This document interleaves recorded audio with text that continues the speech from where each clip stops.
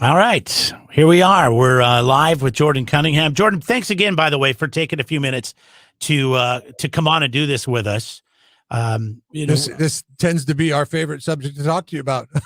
You seem to be so passionate about it. As somebody who works in government, how annoying is it when government is always getting in the way? I've always wanted to ask somebody who works in government that question, because obviously you're against, all these different rules and things that they're trying to put in place, when government is supposed to be here to help people and to help the community. And sometimes it feels like it can kind of get in the way. And please don't take offense to that. But what are your thoughts on it? I tend to agree with you. It's got an annoyance factor of about 1,000 right now, because here we are, we're fighting months and months to get our kids back on the field, back in the pool, back doing competitions of various natures, and we finally got some progress made there. We got sports reopened, and then we get this that drops from outer space from the California Department of Public Health that says, only one parent, only one household family member is allowed to go watch their kid play soccer or baseball or dance or cheer or what have you. And it just doesn't make any sense. I mean, I think what people rightfully get frustrated with government, in particular with some of the mandates that have come down from California Department of Public Health and from the administration, is that they don't have any basis in science. They don't explain them. Everybody, our kids are getting back in the classroom. The CDC just this morning said, you don't need to space desk 6 feet, 3 feet's okay, but you can't go watch your kid play soccer outdoors 10 feet from anybody else wearing masks with your family. It just, it's lunacy. It doesn't make any sense.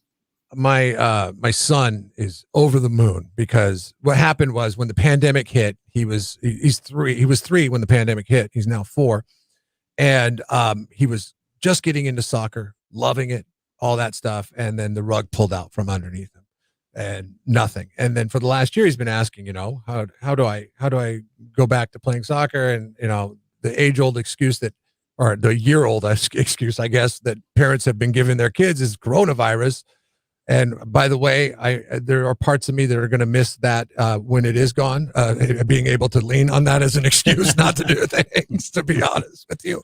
But now he's excited about T-ball, because in our community, T-ball is going to start back up.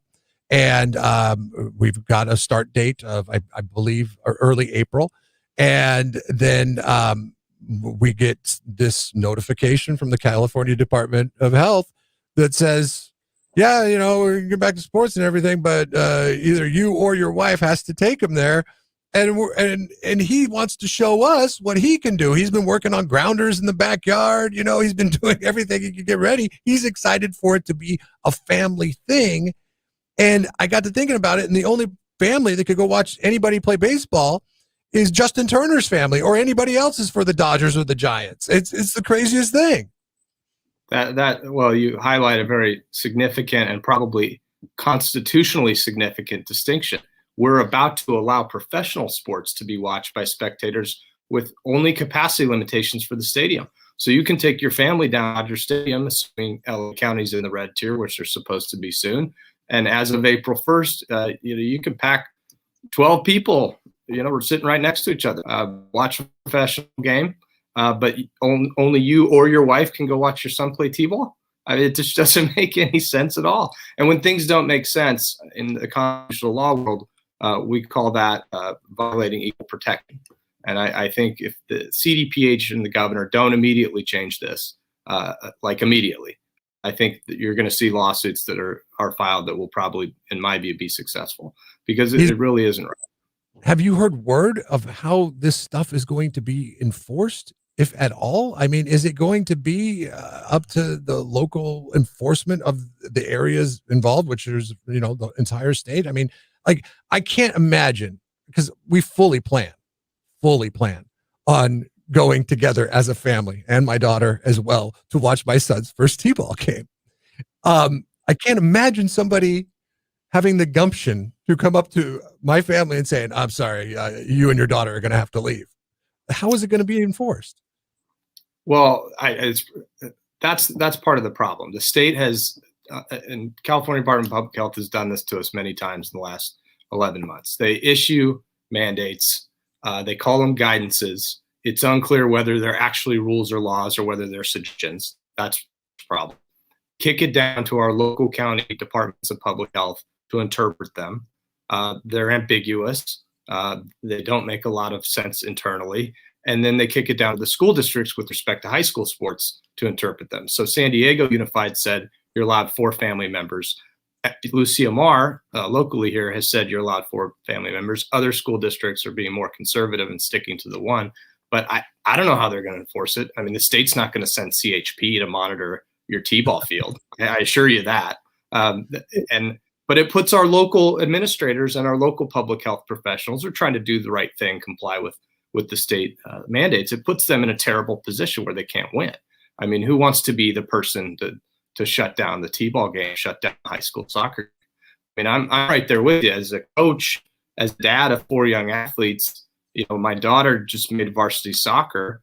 I'm excited to go watch her. And hey, man, if you're going to pull me and my wife off of the soccer field, you better bring an army. Yeah, no kidding, right? Jordan Cunningham is joining us, Assemblyman Jordan Cunningham. So what do we do now? I mean, how do we, I mean, obviously you're working on this. We're trying to bring awareness to this and how ridiculous it is that we can all go to a restaurant, sit at the same table together, but we can't go and sit in the same bleachers in the same row and watch our kids play sports. What's the next step? How do we move forward from here? Well, I think it's on the state level. Part of the reason I'm still up in Sacramento is to drive attention on this and try to get an answer from California Department of Public Health. I don't think they're going to have one because I don't think this was reasoned through or scientifically based in the slightest. I mean, everybody knows that, like you said, you can take your family to dinner together now indoors. If you're in red tier, thankfully, you can take your family to a movie now indoors. I did that last weekend. It was great. You know, but we can't outside to watch sports together. I mean, and the cheerleaders can't do their thing. That's unfair. And go to the football game. That's unfair.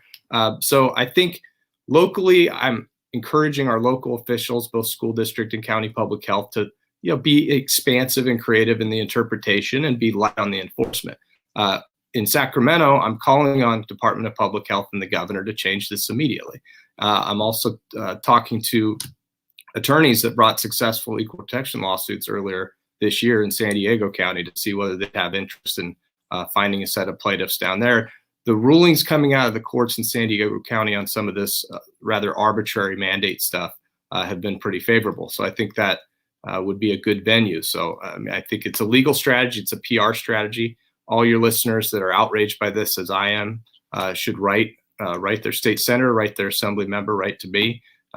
And write the governor. And we need to push back on it and explain how unreasonable and how unfair it is. Our kids have been on the sidelines far too long. Our parents want to be on the sidelines watching and cheering them on. We need this for their mental health. It's the right thing to do. And I think it's got to be public pressure. And if that falls short, it's got litigation. That's what has worked in the last 10 months when these rather arbitrary things come down from the sky. Those are the two things that have been able to succeed. It's just insane the amount of confusion that everybody, the entire country, has had to deal with over the past year. Yeah. And it gets compiled by more confusion because common sense isn't taken into consideration. Well, everything we're told, even when we were in other tiers, is we could go eat outside at a restaurant, and before we could eat inside, and we could eat together as a family and we're outside. Well, what's the difference of sitting in a bleacher and watching a game and we're not even facing each other? We're all facing the field so I don't think people think about this. The other day, Jeff and I we're talking about there was a new act with theme parks like Six Flags. They're going to prevent you. They don't want you to scream on a roller coaster. You can't yell on a roller coaster anymore or any rides, and they're going to try to ban it. And Jeff was telling us about some ridiculous ride at Disney World that he went on that they had a face shield in front of Disneyland. Or California New Adventure. Sorry, Disneyland. They had a face shield that was built into the ride. Because this was pre-COVID. It was next to the hotel. That was before COVID, but now it's. But they removed the ride altogether because people didn't like riding with a face shield. So what's going to happen when they put a roller coaster? It's a lot of it. I mean, I know A it's lot of hard. knee jerk. I know it's hard for the health department to have to, I'm sure when you sign up for a job at the health department, you don't take into consideration that, okay, what do we do during a pandemic? So policies are probably, this is not stuff that has been thought through. So you got to be somewhat sympathetic to that, but also have it make sense across the board before you implement it. That's what frustrates us. And if you want buy-in from the public and you want them to make the sacrifices that are going to prevent the pandemic from taking over in the way we're trying to prevent it, you need clear rules that do make sense, that are grounded in science, and you need to communicate those rules clearly to people. And they fail to do that. I'm actually less sympathetic, probably because I've spent the better part of 9 months watching our state public health department. Our locals, by the way, are great. They've done a great job here in SLO County. My hat's off to them. And they've had a lot thrown at them, including state dictates that make no sense at all. So I just watched the state bureaucrats promulgate so many unreasonable things and not be able to explain it. And then sort of hide the ball when you ask them to explain it, that I've sort of lost confidence that any of it's based in science anymore. I mean, the CDC guidelines have been clear for almost the entirety of the pandemic. Masking's effective, sanitizing's effective, and distancing's effective. So let's stay on that message, and let's do that, and then let people live. And and the vaccine, it should be noted, the vaccine's taking hold. I mean, the numbers are dropping. The most vulnerable folks in society that we don't want to get COVID because they are going to end up occupying a hospital bed and maybe have a bad outcome.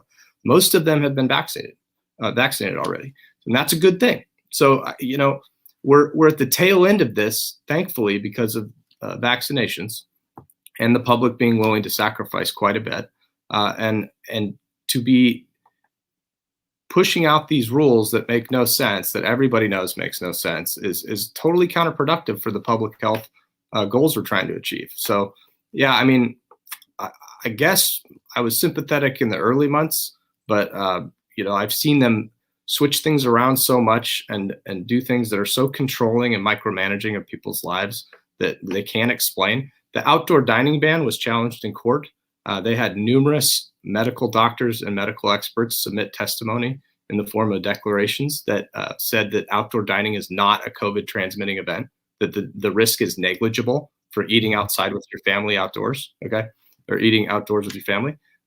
The state, when it couldn't find an expert that would say that it was dangerous to eat outdoors and with respect to COVID. So they changed the guidance. So, you watch stuff like that, and this will go the same way. Like, find me some medical doctor that's going to say, me sitting, I'll even wear masks. I'll mask up my whole family. Mm-hmm. Me sitting with watching my daughter play soccer on a 120-yard field up in stands with her siblings, me and my wife, 10 feet, 20 feet away from somebody else that somehow we drove together to get there. I mean, as long as you space people out, they're just not going to transmit a virus. They're not. And by the way, we're testing a lot of these athletes too. The athletes in a lot of sports have been tested already before they can play. Mm-hmm. It's crazy to me because it's like you're talking about youth sports, and I understand like things like football are pretty popular and they will fill the stands. But when you're talking about other sports like my son's t-ball game, realistically, how many people are going to show up at my son's t-ball game? Yeah. But realistically, I mean, look, it's parents, grandparents, and aunts and uncles, right? I mean, everything until you get to high school, basketball, football, like the bigger, then you've got a capacity issue. You got to figure out how many people you can get in your stadium. And that's all we're asking actually the state to do, is just apply the same guidelines and rules that you apply to professional sports. Well, I got to tell you, Jordan, it's refreshing to be able to hear from somebody that will speak up against stuff that doesn't make sense that was elected. Because sometimes I feel like, as the rest of us that sit here and we watch the news every day, we just don't quite understand, and we don't hear anybody really stepping up and questioning some of these things. And so I know Jeff and I appreciate that. Yeah. We, of course, appreciate your time as well. Well, thank you. I appreciate it, guys. Thanks for covering it. And I do enjoy the show. Oh, well, thanks. we stream us up in Sacramento. Yeah, there you go. We're doing it. Right on, man. Take care, Jordan. Sure. Bye. All right. So there goes Jordan Cunningham. It's Jeff and Jeremy. Once again, if you caught into this a little bit late, this whole conversation is on our Facebook page. It's on our YouTube page. The KZOZ page is on Facebook and YouTube, as well as the Jeff and Jeremy page on Facebook. Just search Jeff and Jeremy.